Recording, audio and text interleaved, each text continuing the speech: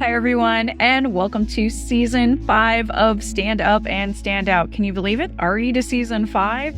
It has been a whirlwind year already. A lot has happened. You guys know after listening to Season 4 that I just launched Chameleon Mindset, my new book about how to embrace change and build mental resilience to transform your life and career. Lots more information, obviously, coming on Chameleon Mindset. We'll have the new online course coming soon. We've been doing lots of webinars, and I'll be on the road for the book tour. So hopefully I'll get to catch up together soon. Because why not just do another one? I have another book that just came out, The Great LeadHERship Awakening. In this book, I collaborated with 20 other amazing women. Each of them contributed a chapter talking about when their leadhership was awakened and part of their transformation, maybe over the pandemic or maybe over a longer period of time, really stepping into their power and showing what it means to truly be a leader. Hi, everybody, and welcome back to Season 5 of Stand Up and Stand Out. We are interviewing the wonderful authors of The Great LeadHERship Awakening, and today my guest is Jennifer. You're going to love Jennifer's energy, and we're going to talk a little bit about her and her wonderful business partner and all the exciting ventures that she has going. Just a quick short bio. If I read the whole thing, or it's going to take the whole podcast because she's done so much amazing stuff. But Jennifer is the founder and CEO of Quantum Insurance Services, an award-winning commission-agnostic insurance consulting firm passionate about providing clients with best-in-class insurance designs for life, disability, long-term care, annuities, commercial risk, and employee benefits, and so much more. So her and her business partner did Chapter 6, if you're looking in your book, Women and Wealth, Cultivating Empowerment from the Inside Out. So exciting to have you here today, Jennifer. Thank you so much, Nikki. And it's exciting to collaborate with you, the author extraordinaire. I don't know how you write so much at once, but clearly there are extra synapses firing in your brain compared to the rest of us. I find writing is one of the fun, really good things that I like to do, especially it helps me decompress. It helps me put my thoughts together. I don't like editing. Editing is not my favorite part, though. I get that. Yeah, I get that. I really do. I'm like, look, it's out there. I've been obsessed with David Bowie lately. I don't know why. And I think one of the things he was amazing at is like really not editing himself very much. He just would kind of like do it and then just be like, it's good. I mean, I'm not saying he didn't effort in, but I mean, he didn't censor himself, which is good. Yeah. And more of us need to learn from that, right? It's like, I feel like kind of editing too much and you lose a bit of the genuineness, the vulnerability, and just kind of going off the cuff. And the more you do it, the easier and better you get at it. Absolutely. And I love that as a woman that you've embodied that. I mean, I think that ties into kind of like what we were chatting about and what the book is about is, we are claiming the right to sort of show up in so many different ways. And that goes down into like, how do you write? Do you like do a lot of shoulds or do you do a lot of I ams? Like, this is me, and like take it, that's kind of like what guys are taught to do, right? To some extent. I'm not saying that they're immune. Of course, they have feelings and sensitivities and fears and everything else too. But culturally, I think it's really great that if everybody, including women, can start to think that way, I think it's good. Absolutely. And these chapters, it's so great. What I really love too is as much as we've had different, walks of life, different experiences, there are also still a lot of similarities in how we approach things and what we want to tackle and just being together in a community. So why don't you tell us a little bit about, how you got Women of Wealth started, your business partner, just so folks can get to know a little bit more about you and your story. Yeah, happy to. So honestly, it all started with a prism. 4 years ago, I was getting coffee with my husband near my office, and I saw a friend come into the coffee shop, and she was exhausted looking. And I was like, hey, girl, what's up?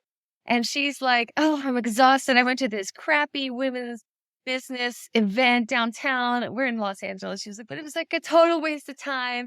And then this light came through and there was like a rainbow on the ground. And I just saw this rainbow flash and I had this inspiration. And I realized, I was like, wait, you're right. All the existing networking groups for female entrepreneurs stink. We need to form our own. And I was like, Val, I know so many entrepreneurial women because I do employee benefits. And so I'm always learning about, amazing female entrepreneurs. It's like, why don't I get some of my people and you're a female entrepreneur. Let's just get 20 of us together and we'll talk about business together. And she was like, yeah, okay, that sounds good. I was like, it'll be so much better than some crappy thing downtown. And then she introduced me to a woman who introduced me to AdaPia. And the long story short is once AdaPia and I met, it was like, it's like those moments where there's a crowded room, but everyone else disappeared. Like AdaPia and I were so of the same mindset in that we really feel there's both a really elevated spiritual component to every human and every human's trajectory. And at the same time, especially for women, when you're trying to elevate, there's a super grounded practical piece that has to do with things like the nuts and bolts of what's your banking relationship? What's the interest rate on any credit that you're using to finance your business? Like granular stuff. It can't all just be woo. And so since she and I were so powerfully both of those things, like hardcore finance and hardcore spiritual, we just kind of ended up, the other two sort of frittered away. I don't really know. I mean, but AdaPia and I just never stopped on that mission. And here 4 years later, we've co-written this chapter. WOW is a mastermind and a nonprofit organization dedicated to taking women from financial literacy to fluency to mastery. And this is only, year 2 maybe of us officially having launched, but the momentum has been pretty high. Oh, I love it. And it's so important. And when I work with entrepreneurs, I find the same thing is they're very passionate about what the thing is that they were trying to build, but a lot of them don't have the financial acumen to really run the business, the back end of the house. But it's so critical because knowing whether you're profitable, are you actually making money? Where are you spending money? And also, like you guys are teaching, also to invest and making sure you're building more for the future. So I love what you're doing. I started my career in financial planning and it was difficult as a woman to be in that industry. So I also just love that more women are coming together to reimagine what it looks like and making it more comfortable for other people to join and learn and improve their lives. Amen, sister. Thank you. You're saying that. I totally agree. One of the things we love saying is that good things happen when women have more money. Really, because women heard this crazy statistic yesterday from this woman. She's quoting things from the Institute for Lifetime Income or something. I think that's I'll fact check this.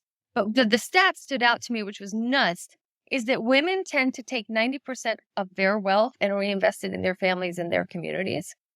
Now, that's not the way men act with their money. When we make more money, we put it back into things with meaning, not, like as much into, mistresses, golf and like hot rods, not that all men do that. They're responsible men, but the stewardship around wealth, when women have more of it, really gets translated into powerful connection and community, which is why when women seize more control over wealth, we actually are seizing the financial landscape more responsibly. And when we're seeing things like SVB with the collapse of that, that's really a lot of irresponsible action. People are trying to say it's because of the Fed, but it's actually a lot of irresponsible action, overinvesting.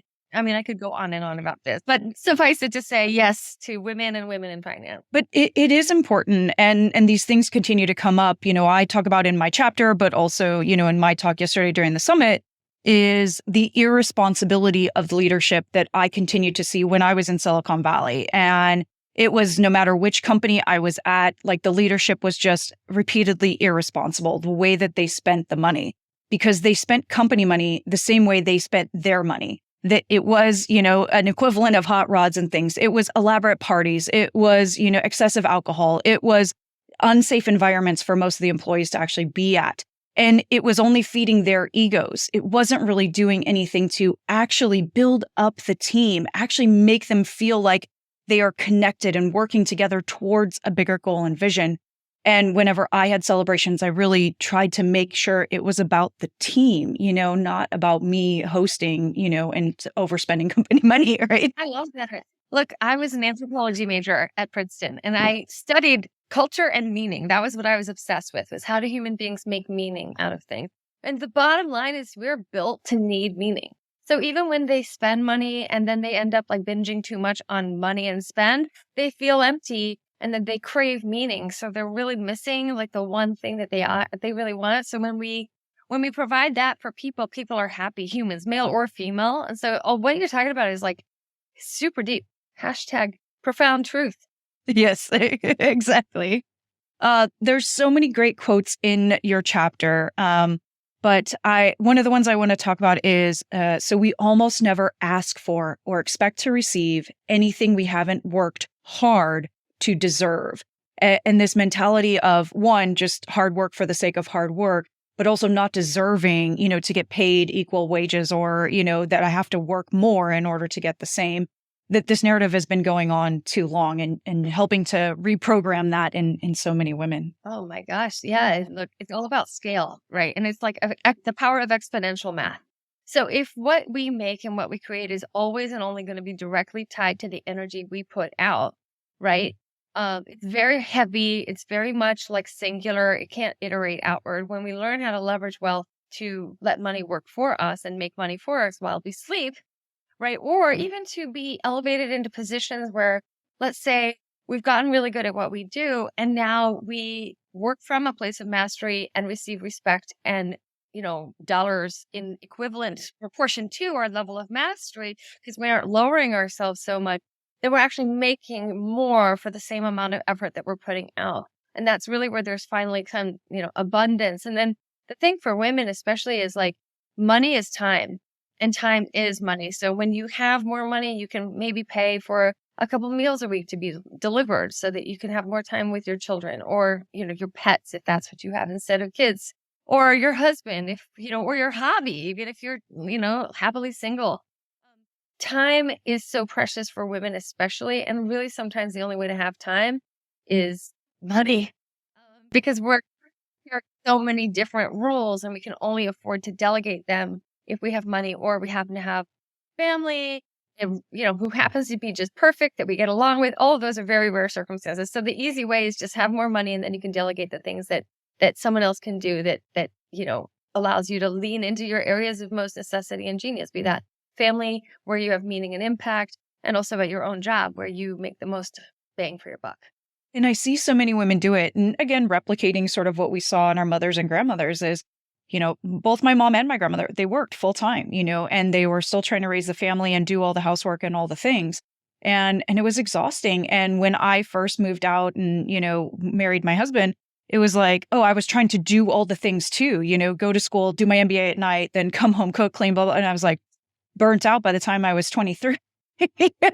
And I just said, this isn't right. This isn't the way this is going to work. And really starting to reevaluate, like, what are the things I need to be doing? Where am I investing in myself, school, investing in the family, quality time together, and making sure that you are getting help where you need it in all those different areas, right? Definitely taking away that shame. I mean, I remember like when I didn't grow up with money. So to have a housekeeper was very foreign to me. And to pay to have a housekeeper, even though, of course, at a certain point, it just made more sense for me to do that from a financial standpoint, there was this combination of, I'm not good enough, that's why I have to get a housekeeper, or maybe shame around the fact that I have someone working for me and I'm not sure I deserve that. All this other like crazy stuff that's kind of like baggage around even just the practical way of how do you try and do all of these things. So there's layers on layers of what kind of we've inherited from generations, right? That we have to kind of break. Yeah, it's so, so important. And another great quote, we all have a personal responsibility to reclaim our power and let go of what doesn't add value to our lives. So it's not always about more and more and more, but it's also about, letting go and saying no to certain things. And I know that's something many of us struggle with. Yeah, I think women especially, we're so conscientious and we have the ability to pay attention to detail, typically speaking, if you just look at the way our brains work. But that doesn't necessarily mean that we should. And that's one thing men do really beautifully. And I think it's really important we remember that this is not a men bashing, right? This is a female honoring and a bringing back into the equation of both the yin and the yang of female as well as masculine energy, because masculine energy has kind of been allowed to run a little too rampant and unchecked and dominate without a healthy balance. But what males do have, and that, is because of the way when you look at it, typically the brains work in males a certain way and versus the female brains, they have the ability to simplify certain things. They don't pick up the level of detail in certain places. And so they can cut through all of the chaff and get to like the wheat, right? And that is important for us to do as well, because otherwise we will just like to-do list ourselves to death. Well, and it is so important to remember that balance. And I talk about things that, like misogyny and stuff. It's not just man over woman and that domination and that power over. It's really anyone that's trying to dominate and have that power over and put somebody else down. But important is to get all of us back into a better balance so that men feel safe, women feel safe, financially, all the other ways that we have safety and security, loved, able to express our emotions, and be able to come together as people and really start to better express ourselves and not be afraid to share, like when you need help and when you don't understand something. I think that's another beautiful thing that you guys work on is it's a safe space for people to ask questions. If you don't understand part of your benefits or your retirement or something that you want to work on, then let's talk about it in very common terms so that we can all get smarter together. And I'm sure you've seen some amazing transformations with the people that you work with. Hi, everyone. My name is Nikki Green, and I am a life and business resiliency expert. I have been helping people for over 2 decades overcome their challenges and achieve their life and business goals. I wrote Chameleon Mindset for others seeking clarity while acclimating to new situations. This entertaining yet research-based guide to transitions will open your mind to unique strategies for finding purpose and achieving your goals. Through my new book, you will create the happy life you desire with 5 philosophies for change, beginning with C for creative adaptability. Move from resistance to resilience by assessing and adjusting your risk tolerance. The practical lessons in Chameleon Mindset will help you shift your mindset, sharpen your skill set, and overcome the things holding you back from dealing with change.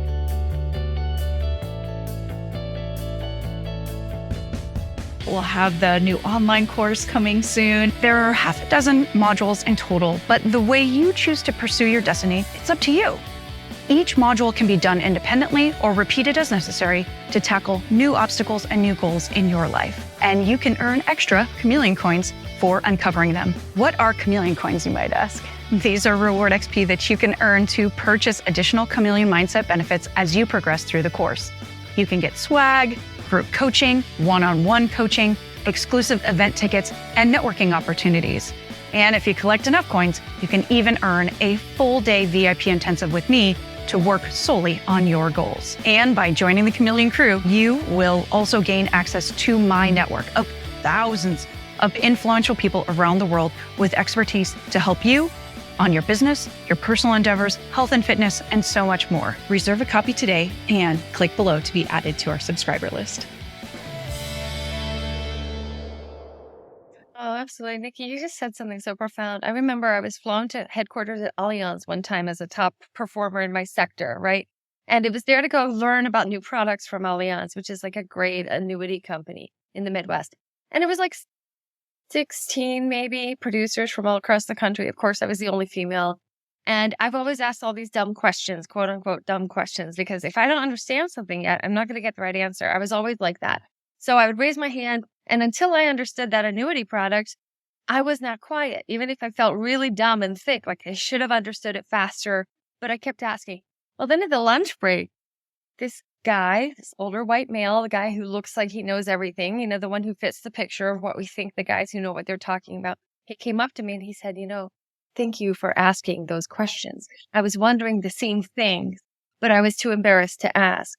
Now, that was an aha moment for me because I thought, first of all, wait, you're telling me you would have flown back home not knowing, and then you would have proceeded to go sell these products? How could you do that? I could never do that, right? But it also made me feel so much better to know that I'm not dumb. And I think women and men benefit from knowing that pressure to try to act a certain way needs to just go away. If we're authentic instead, we're all so much happier. And it's a huge relief, I think, for everyone not to have to posture. Well, and so much is changing. Technology is going to be changing so much about how we operate, and including probably, our benefits and our retirement and how these things work because of the volatility in the market, and making sure you understand that you're protecting what you've built all that up. So I think it's important for us to continue to put on that growth mindset, always be learning, always be accepting, because otherwise we're not going to be able to keep up. Things are going to be just changing too rapidly at the pace of computers, not at the pace of humans. And we're going to need to be vulnerable and make sure we're asking all the questions we need to, right? Definitely. Absolutely. That's such a beautiful message that vulnerability can and should be safe and is actually sometimes smarter. And we are in a time, I think, where that's definitely true. And it's nice that more people are getting that idea and that message. I think that's really a good one. Yeah, really nice. Let's see, one more good quote. There's so many good ones. I had a lot. I was like, and this one, and this one. I highlighted half the but I liked really kind of one of the last things that you said in the chapter, that if money is a magnifier, we believe women can magnify the good on this planet by gaining and then flexing access to it.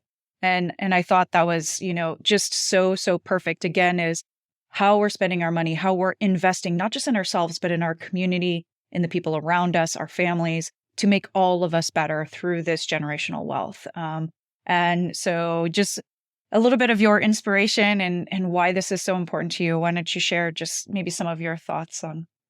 Well, I'll share a story. So a long time ago, my daughter was probably 6. She's 14 now.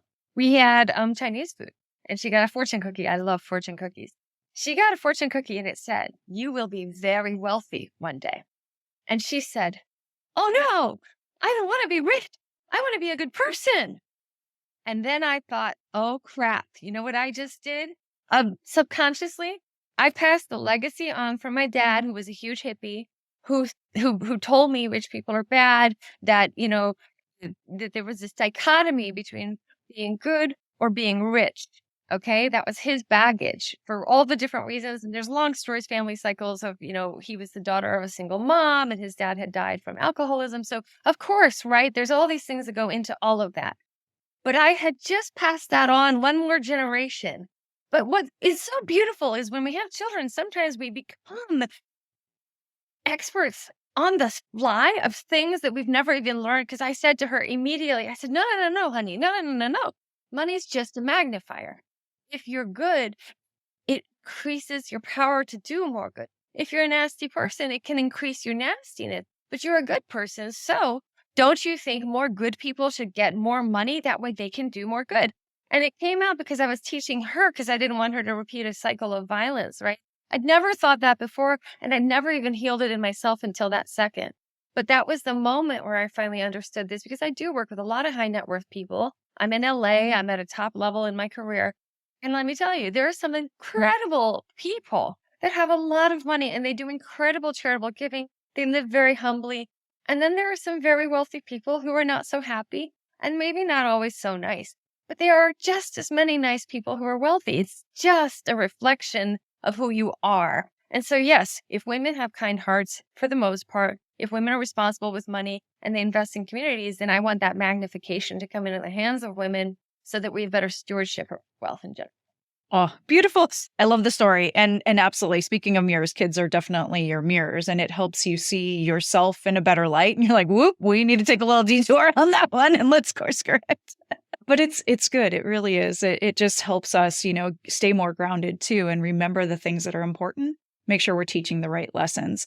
I was very fortunate that my stepdad was very good with money. And although my mom was not, when my stepdad came into our life, just really right set us. And from a very young age, not just getting an allowance, but really understanding like how much were the bills when we bought a house? Like, how does that even work? I was maybe 10 or 11, like really explaining complex topics to me. And I was fascinated and I was happy to learn.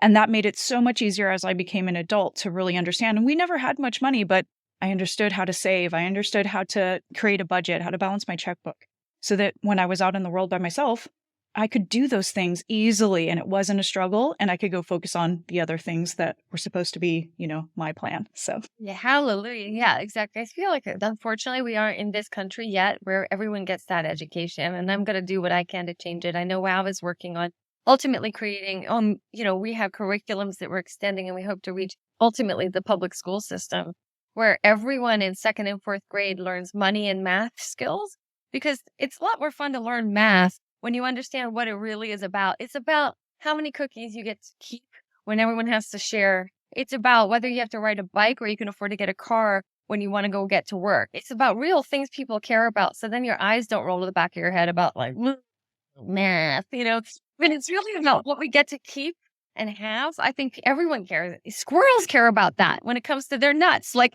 every human being cares about that. So, but we aren't really getting to, some of us, we get that education if you're fortunate to have a role model or a teacher, but it's not institutional yet. And I hope to change that. Oh, beautiful. I wish you the best of luck, and I probably have a couple of contacts for you, so I'll start going through my Rolodex. Do we have those anymore? Well, before we head off, why don't you let everybody know where they can find you, and we'll add the details of your website and stuff into the show notes. Sure. So first of all, if you want to get more of a financial IQ, you can come to Wealth Mastery for Women. It's a monthly series that we co-present with LeadHERship Global. So you can just look for Wealth Mastery for Women, LeadHERship Global, and you'll find us once a month on all kinds of topics, ranging from crypto to NFTs to real estate to risk management to long-term care. We just had one today on long-term care, super important subject. And if you have questions on things that have to do with risk management, which is my particular area of expertise, so anything life insurance, disability, long-term care, infinite banking, cash value, life insurance, employee benefits, that's what Quantum Insurance Services does. That's the firm I co-founded in 2012, of which I'm the CEO. And I guess for now, that's it, unless you also want to check us out at Women of Wealth, which is www.womxnofwealth.com. That's an X to signify that we're very dedicated to diversity and inclusivity as well. And you can learn more about what we're doing with the mission of WOW, if you'd like to support or join. Beautiful, beautiful. And if you guys haven't picked up your copy yet, don't forget to grab the Great LeadHERship Awakening, learn about Jennifer, AdaPia, and so many other women on the rest of these episodes. We're going to sign off for today, folks. Thanks for joining us for season 5 of Stand Up and Stand Out. You can find us where all the cool kids hang out, the Do Podcasts. Bye. Thanks, everyone, for joining us today for another episode of Stand Up and Stand Out. You know you can catch us where all the cool kids hang out, the Do Podcast, on all the major platforms. And if you want to connect with Nikki directly, you can get a hold of me on my personal site, thenikkigreen360.com. There you can check out my website, you can see any of my new books, you can learn more about this podcast, and follow us on social. Can't wait to hear from you, and we'll see you on the next episode. Bye.